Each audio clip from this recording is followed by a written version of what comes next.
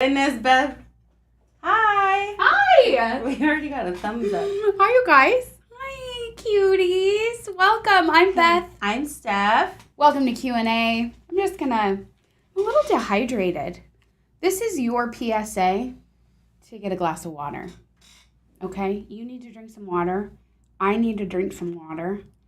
Sparkling water counts. Does it? It does. Steph, you didn't even bring a water in here. I have two. Excuse. Oh, whew. Thank goodness. I'm like very concerned hanging about with your Beth. hydration, I gotta you know? drink some water. It honestly, it cures so many ills, you know? Beth, I bought pink salt. You guys, let me tell you this. I learned this. Pink salt, Himalayan pink salt in water helps with cellular hydration. So essentially, it's helping you to get hydrated on a cellular level. It's helping you to retain the hydration. It's healing your body from the inside out. So I cook with Himalayan pink salt. Do you? I put it on stuff. Yeah. But my favorite way to do it is literally just to put a half a teaspoon, 3/4 of a teaspoon in water. It's kind of I don't mind salt. I don't mind salty stuff. Mm-hmm. And then I just my friends who taught me to do this, they call it a saltwater shot. They're we'll just mix it in there, knock it back. I'm like, guys, you could have more water and then you would actually get more hydrated with the pink salt. Isn't that the point? Anyway, I've got mineral drops in my water and I've got a separate pink salt water. Anyway, are you guys drinking? Arlene, are you getting hydrated today? I'm worried about you. I had to chug it. I couldn't just sip it. It was just very gross. And it was so cold too. It was cold. Yeah. I know that scientifically, yeah, cold water is not the best for your body. Okay. But it's the way I just love to drink water. It has to be so cold. It's a lot. I'm sorry if this is so loud. Aubrey, you're drinking so much water but no salt. So I have a electrolyte deficiency. Yeah. Among other deficiencies. It helps. Pink salt helps with your electrolytes. Yes. So that's why she's you need to just try pink salt. Totally. So here I am. I'm drinking a healthy chocolate shake from Garden of Life. You're basically having a smoothie. And I support that. I would love to make a smoothie today. You've inspired me. I'm going to do it. I have Garden of Life. I have the lean greens. But it's vanilla. I love vanilla. Not a big chocolate gal, if I'm honest with you. Ouch, Beth. Generally, not super into chocolate. I could pass up chocolate. How do I know if I have a deficiency? Many pregnancies, many doctor visits. That's how Steph knows. Megan said that she microwaved her water this morning to warm it up and then just drink it. Megan, can't you just out of the tap? Just lukewarm water? I can just hand you one from my car. It's just as warm. Oh, Estrella, vanilla over chocolate every single time. Me too. Really? Yeah. I am not a vanilla person. What? I don't like vanilla scented. I don't like vanilla flavored. Steph, what? Vanilla is the vanilla of flavors. You know what I mean? Did you get that? But when you say something's vanilla, it's it's plain. That's what I'm saying. It's standard. It's just a little sweetness. It's not, You're Renee, vanilla girl, looking at you. I love that. Traditional. That's what we are. We're just traditional gals. I don't need all that just super sugary sweetness in the chocolate. And here's the thing, I'm going to be honest with you. I don't like milk chocolate. That's my problem. I don't like milk at all. I don't like milk, and I don't like milk chocolate. I don't like milk, but I love milk chocolate. I love the tub of milk chocolate covered almonds from... First of all, don't say tub. It's a tub from Costco. It's a tub. It's literally this big. Yeah, but I think they have dark. Why wouldn't you go dark? It's the sophisticated chocolate. Sure, I will eat a dark, chocolate bar. But I'm eating chocolate-covered something. I'm not that sophisticated. Yeah, dark chocolate-covered almonds. Delish. Anyway, guys, I don't know how we got from hydration to chocolate. That happened fast. But we're here to talk about Jesus. That's what we love to do here at Blessed Is She. Just love Jesus, make friends. Isn't that sweet? That's really what we're about. Prayer and community. Love Jesus, make friends. Sweet, right? Oh, I like Steph, that. what are we talking about today? We are talking about following Jesus and what being a follower is like, what Yeah. being a follower in general in this world, using that word, is all about. Yeah. This is your friendly reminder to our YouTube and Facebook peeps. We will be cutting off at some point during this talk. Don't say cut off. You know what I mean? Okay, we will be moving over to the full version on the app. Yes. So, this is a little sneak peek over on YouTube, over on Facebook. We're just starting over here to whet the appetite. Oh. And if you want to come over to the app where, It's the land of milk and honey. honestly, where life is so sweet and women are open-hearted and generous and vulnerable. It's like the most beautiful thing ever. Come on over to the app. That's where, from now on, starting today in October, our full Q&A conversations will now live on the app. So we'll get started on YouTube and Facebook, but this is your friendly reminder to come on over. Join the party over on the app. Blessed She app. You can find it in your app store, whatever that looks like for you. I had a friend, a new friend. She was like, how do I get the app? I'm like, okay, you just go to the app store. She was like, great, where is that? I'm like, she pulled out her phone. It was an Android. I was like, I don't know how to work that. What is it called? I don't know how to work that thing. I was like, I'm trying to think of other podcasts that say find the app in the Google Play Store. So I just said, is it maybe called Google Play? And then we searched that, found it. Oh, okay. Google Play. Thanks, Renee. Renee, are you an Android? Are you a green? Texting with greens is just sending me over the edge sometimes. Texting with greens, but have the best quality photos. What? Android cameras are insane. I don't think that's real. I don't think Beth. that's true. Can someone who has an Android please thanks Aubrey? Aubrey, I don't think Aubrey that's knows real. It's true. I do believe everything that Aubrey says ever. Me too. But a friend of mine has an Android. I mean, it's 10 years old, so that could be the problem. But I was like, can you even get photos on here? Beth. It's insane. Best pictures, hands down. Yeah, it's Arlene's a green. I know that. Someone posted a picture of the moon the other day. Stop with the moon. I'm not a moon person, but I'm telling the quality of it compared to if you were to take the picture with your iPhone. Yeah. It was just you could have seen it in an encyclopedia. Okay, so many things about that sentence. That I said encyclopedia. Encyclopedia. I saw the most insane moon rising on my drive up north this weekend, and I tried to take a picture.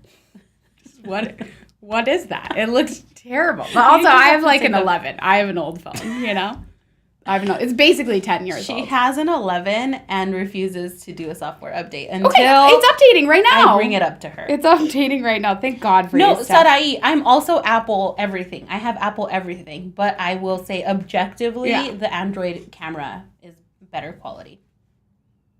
Yeah. Okay. Well, anyway. Okay. Thank you, Mary. I digress from this whole. Anyway, point being, we're just chatting over here. We're chit-chatting, but we're going to dive into talking about Jesus, following Jesus, how to follow Jesus in our conversation today. That will be in its fullness over on the app, so join us over there. There's time. There's 71 women just hanging out, praying with us, chatting with us, sharing their heart, asking questions. It's so lovely. Mm-hmm. It's the greatest thing ever. Come on over. It really is. Where was this 7 years ago? Okay, Maria, I'm sorry. We're not talking about this, but I just have to read this. I was never a moon person. This is the thing, a moon person either. But recently I've been thinking about Our Lady as the moon, reflecting the love of Jesus so perfectly. And now, moon person. I mean, that'll do it. Lonnie is a moon person. You guys, have we discovered something about each other? I'm a moon person because I think the moon, like Mary, reflects the light of the sun. SON, SUN. Wow. Have you never heard that before? No. Never in my life. Okay. Well, now we know. I wouldn't call myself a moon person. But yeah, I've been coming around to the moon lately, guys.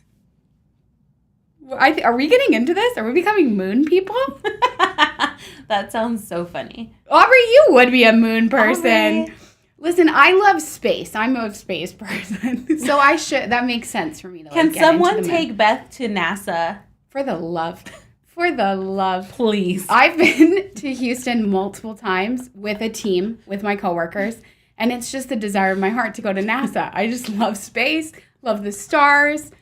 just, it's God. You know what I mean? It just speaks to me of God. Nobody ever wants to go. They're like, loser. Just because they don't say that. They don't say that. Nerd. That's what they say to me. It's so mean.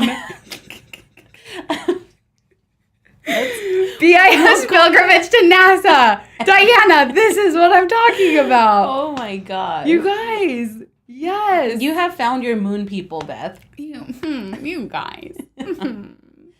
Okay, can we talk about Jesus for a second? I mean, we are, because he's in it all. He's just loving this. He's a moon person. He made the moon. Yeah. He cares about the moon. He loves that we love the moon, that it makes us think of him and his mother. Here we are talking about Jesus. I like it. Okay. Go ahead. No, you go. I was just going to say, I didn't know how to appreciate nature up until a few years ago. Here we go. That's it. I came from a big city where it was just like buildings and busy. Listen, I want to talk about what we're talking about today, but this is very real.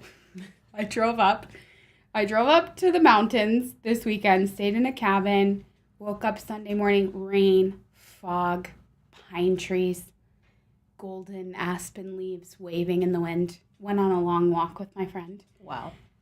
I was just breathing deeply. I felt like I was coming back to life. I just kept saying, we're alive. We're alive. Like, this is how it feels to be alive and to be in the world. Like, the city for me is soul sucking. And I just don't think I realized like how I was until I went to the mountains. And I don't even think I'm a mountain person. I'm a beach person, This is a new one. Are you a moon person? Are you a mountain person? I'm a mountain person. Oh, I didn't care about them before. But it's like such a scene for my relationship with the Lord. Do you want to talk about it? Sure. You gave a talk about this. Blessed is she. Yeah. It's just where Jesus went up a mountain to go be close with his Father, tune everything else out. So I just know that the Lord calls me to have these mountain moments with him. Just tune everything out and just be really close to him. I want to root this. I want to frame this for you biblically. You probably already know this, but I'm going to remind you of this. I just learned last week that when God makes covenants with his people in the scriptures, it always happens on a mountain. Mm-hmm. And so when I went to the mountains 2 weekends in a row. When I went up last weekend, it felt like seminal. Is that the right word? What does that word mean, you guys? It feels like the right word. It felt important. It felt like this is like a threshold kind of a moment. And I was like, oh, I'm on a mountain. I'm in the mountains with the Lord. The Lord wants to speak something to me here, reveal something to me here. He wants to encounter me in a new and deeper way here. And that really blessed, it sort of gave proper gravity to, I was on a retreat that first weekend, to what I was doing there. Oh, this matters. And even the scenery, even our surroundings matter. They're all speaking to this encounter and a revelation of God's heart to me personally on a mountain. Yeah. Arizona has the most insanely beautiful sunsets. And I didn't appreciate them until I would tease my friend because she'd be like, look at the sunset. And I'm just like, okay, it happens every day, But I totally get what you're saying about it activates something in you when you soak in the scenery. Yeah. I have a clear shot of a beautiful mountain in my backyard. I can see it, there's nothing in the way. There's no buildings, nothing. And then as I'm driving into town, when I get on the freeway, there's another mountain on our right side. Wow. And I just, stare at it. And I'm just like, wow. Yeah. Well, it's beautiful because it's, hearkening back to, you've had these encounters with the Lord on a mountain. Mm-hmm. So you're reminded of that. I think even in a wordless way, kind of intuitively, you understand, this is something special. Something happened to me here. A mountain is synonymous. It's a signal grace, ultimately. Yeah. At the very least, it's a signal grace. Aubrey said something. Gosh, where did she say that in our text thread? Obs, do you remember this? Then you were just sharing with us that you had a real grace over the weekend of just feeling very present. Mm. And I don't know if you said this or if I kind of felt the same way, that being able to be present was because I was where I was in the moment, specifically in creation. I was outside more, sitting on the porch, taking long walks. That helped me to be present. And not to say that my phone wasn't there, but was definitely less appealing when, like, just even the way the light, like, was, like, playing, like, in the leaves and stuff on the wall, just was all, I don't know, like, the beauty of the present moment, you know, drew me in. Aubrey said being where my feet are. Yeah. Yeah. Okay, what are we chatting about? We're talking about following Jesus. And this is a good segue into that. Yeah, yeah. I carpooled with Taylor to the Phoenix night last night. I wanted to ask you. I'm sure you just had insane conversation on the way home. On the way there and on the way home. Wow. It was so good. And I'm like, I love silence. I love quiet time. Yep. I crave it. Like, I have no issue, but I extended the invite and I was like, hey, you know, bus leaves at this time. Like, if you want to hop on. Yeah. And she, like, took me up on it. And it was just, like, amazing conversation there and back. And, like, It was so beautiful. Like, it was just great. But one thing that we talked about on the way back was, I think if you think of, like, the title of Q&A today and, like, even, like, the little thumbnail, we think of this idea of following Jesus versus following the world. And, like, sure, we can go there, right? But I was sharing with her because she said, like, this past year, I've just seen, like, a difference in you. Wow. And I've said, well, I've given him more access to me. Wow. And I really learned how to, like, form my relationship with him. Yeah. And so, like, when I think of this topic, I don't think of it as, like, Jesus versus the world and who am I going to follow. I think of my life when I've decided to follow him and, like, following him blindly and then following him closely with, like, full trust. And that's where the distinction has been in my life, is, like, I've chosen to follow Jesus for many years, but I never really, like, trusted the way he was leading me. It was just like, I know who you are, sure, I'll go with it. Yeah. Instead of, like, I know you have something so good for me. I know that, like, aside from you, there's nothing that's, like, perfect or, like, fulfilling in my life. So, like, where are you leading me? Type of thing. And I think that that's where I think of my relationship of following Jesus as, like, now I'm in this place where I want him to lead me, not, like, lazily, not because I don't want to be in charge or don't want to be the leader, but because I truly know that he has something so good for me.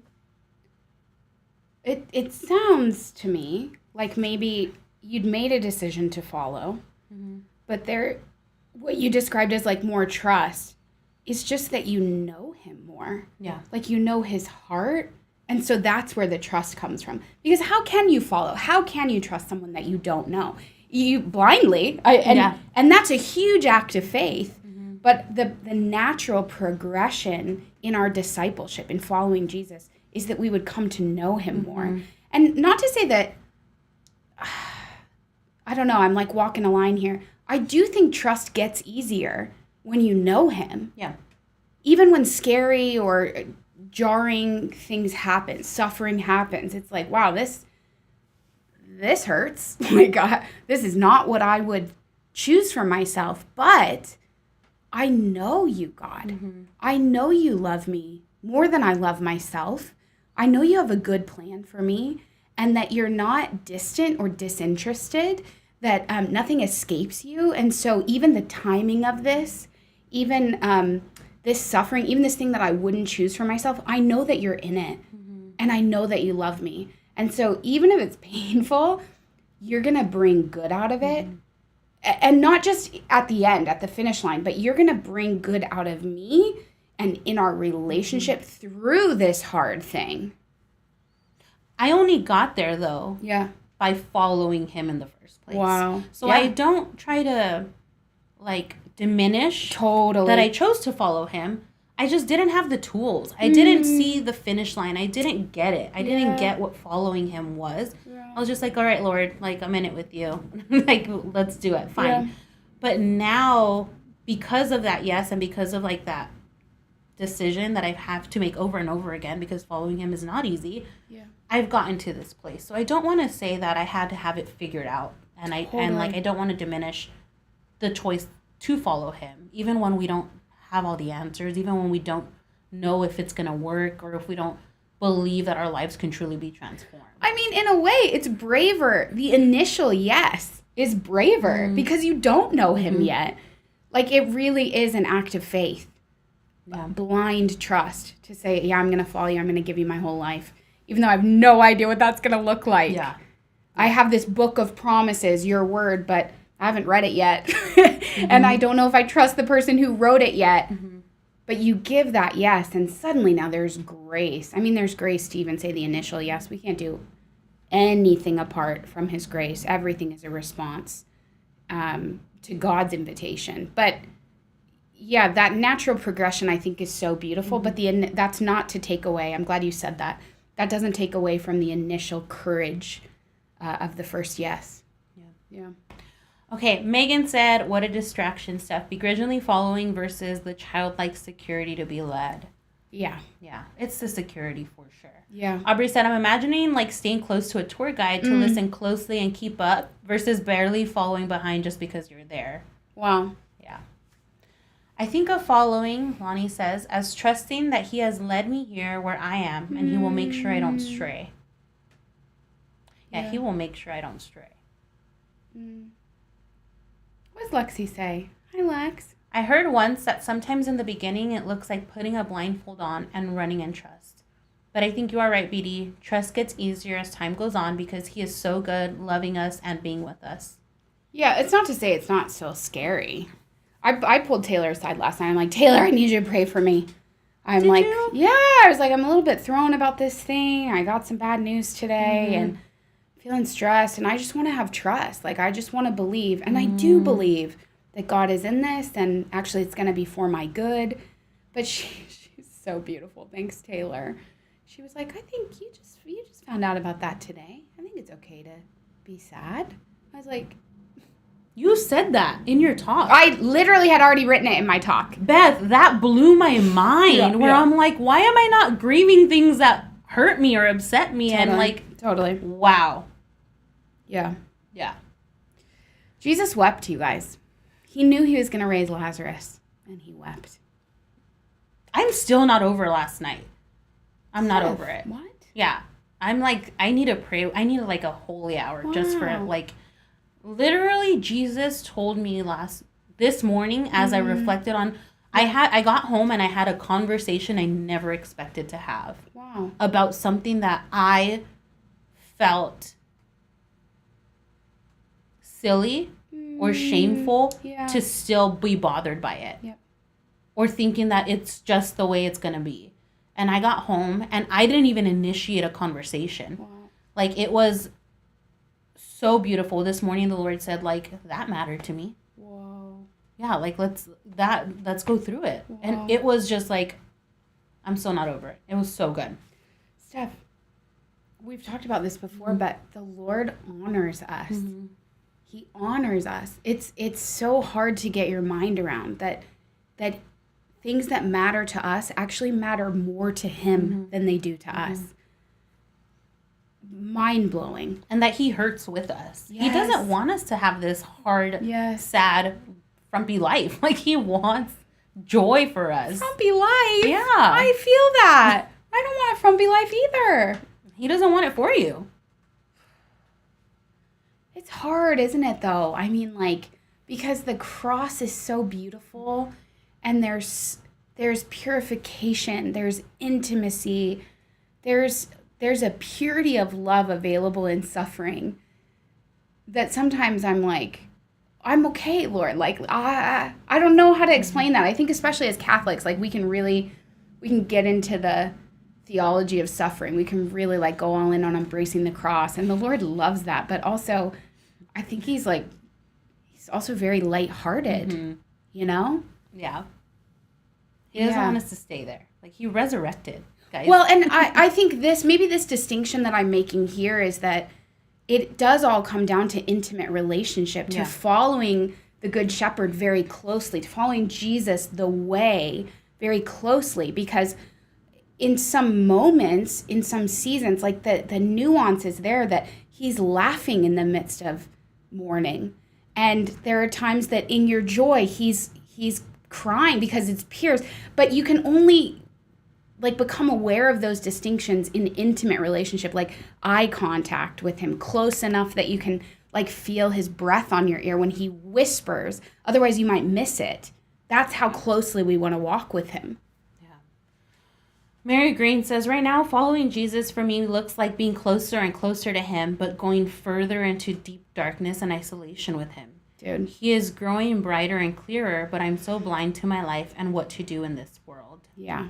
Mary, you should read. Have you read The Fulfillment of All Desire, Fire Within, Interior Castle? I mean, you're talking about like a purgation of your senses. These things are all like very normal in the spiritual life, but not many people take the Lord up on it because in some ways it is very counterintuitive. But he's so not intimidated by darkness. Like he wants to go there with you and bring light. Yeah. Yeah. Well, it's both, right? Like we have our own darkness, but there's a darkness, like the closer we come to God, there's just an incomprehensibility of who he is. Mm-hmm. And so it's counterintuitive that we draw closer to the Lord and like we become like more darkened. We're more blind, but in a way can see more clearly. It's insane. What is this? What is the Lord? Who is he? That's what I want to know. Lauren says, I have been really struggling with trusting lately as my anxiety has been through the roof. I know in my heart Jesus is with me and my heart trusts him, but sometimes I struggle to get my body to feel the same. Yeah. So weird sounding to say it that way, but that's the feeling. I don't think that's weird. It's not weird at all. I can relate to that very deeply. Yeah, I didn't experience physical, and I don't want to say anxiety because I don't want to diagnose myself, but like this physical response to feeling anxious until like my last pregnancy, after my last pregnancy. And it totally, I knew Jesus was near. I knew he was close, but I couldn't help the physical response my body was giving. And so that's not to say that Jesus isn't as close as he should be or you're doing something wrong. Like we are soul body combos. Like we have physical responses to things. And, you know, we can ask the Lord to heal us from those things. We can go to therapy, get some help to help with those, to get the tools that you need for help with that. But understanding that Jesus is as close as he could ever be. Yes. Yes. Yeah, I've been on a little journey with anxiety for probably the past year. And I think the Lord is really in that and is speaking to me very deeply through it. He's asking me to pay attention to my body and honoring, I'm not okay with this. I don't actually like this. This doesn't sit right with me. He's showing me how my anxiety, in a way, is revealing like a deep desire of my heart, or it's like cluing me in terms of discernment, like that I don't want to go in this direction, or that's not what I'm being called to. And I'm not trying to over spiritualize that. Certainly there's clinical anxiety, and that's probably not what I'm describing. But it's been new for me, and it is a very jarring experience to have deep faith and trust and feel God with you, and then your body is like flipping out. But body and soul are a unity, the Catechism says. And so just want to encourage you, if you're not already, just to tell Jesus, my body feels crazy. I feel out of control. I have adrenaline coursing through my body, and I'm like, my blood is like ice. Like, talk to him about the honest feeling of it.